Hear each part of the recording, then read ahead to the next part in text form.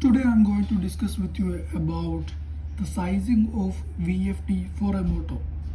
VFD, variable frequency drive. Okay, so what are the things we need to consider? First, we need to check the motor nameplate. Okay, in the nameplate we need to check the voltage, current, frequency of motor. First, about the voltage. If your motor is 3-phase motor and it is for the 400 voltage supply, then your VFD must match this voltage rating, and also your VFD must be suitable for the 3-phase purpose. And the second one is the current.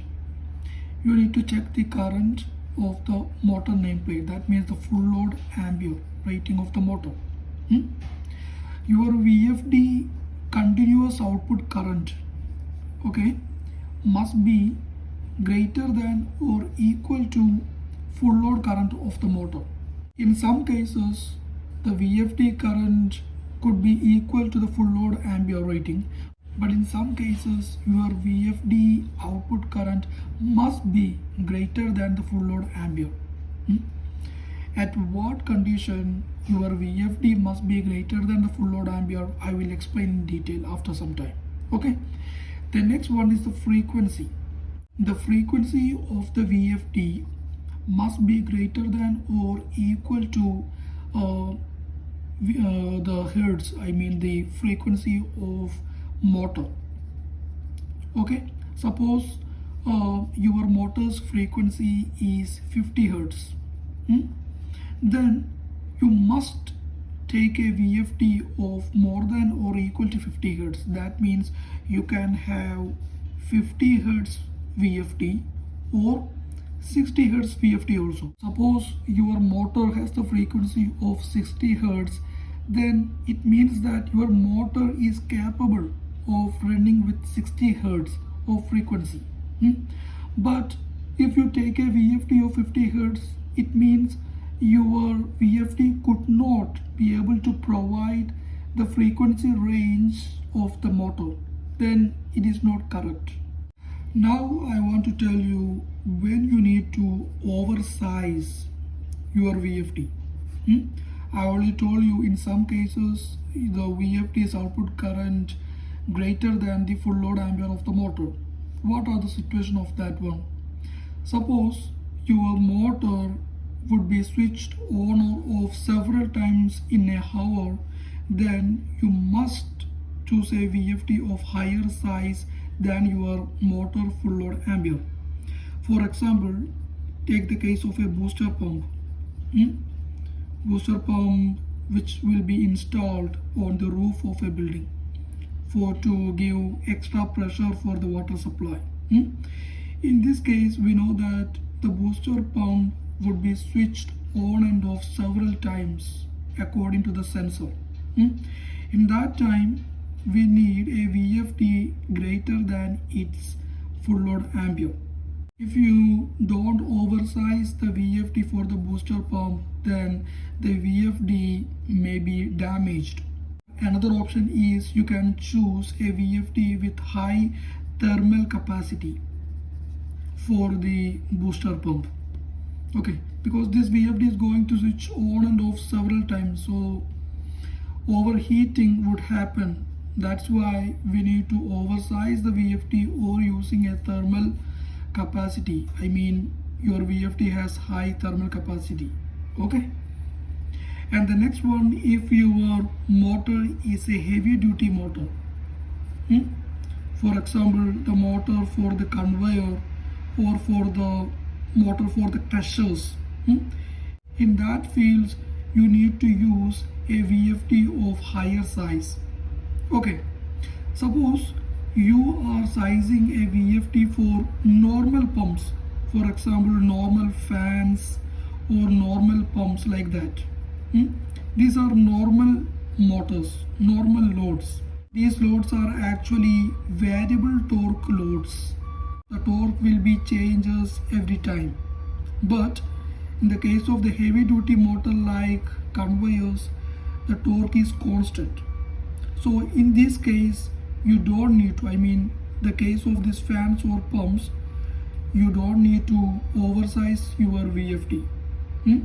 You can have a VFD with equal current of the motor. That means the output current of the VFD can be equal to the full load ampere of the motor. If you are going to size a VFD for your conveyor, then what you need to do, first you need to take the full load ampere of the conveyor, for example, then you need to multiply 1.15 or 1.5 with the full load ampere. Okay, that means here you are giving a 15% extra.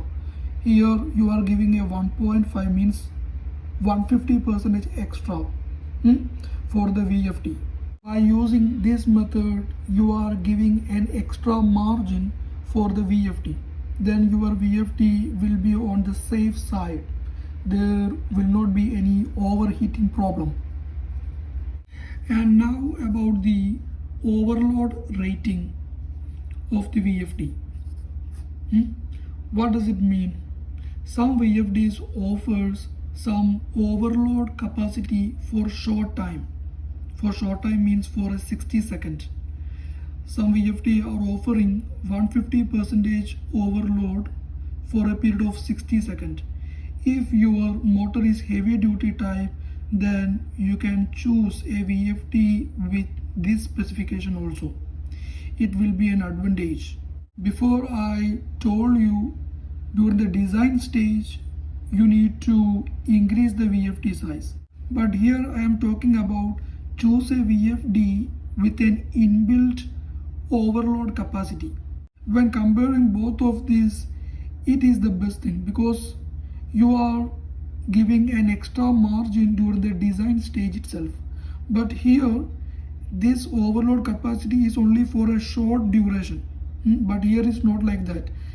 You are already giving a 50% extra for the VFD for a long time purpose. So it is the best thing. And next I want to talk about the braking requirement. Braking requirement of VFD.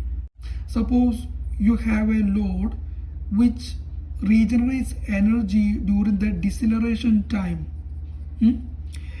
At this time you would require a VFD with regeneration. We could say it as regenerative VFD. And next I want to talk about the control performance. Okay, control performance of the VFD.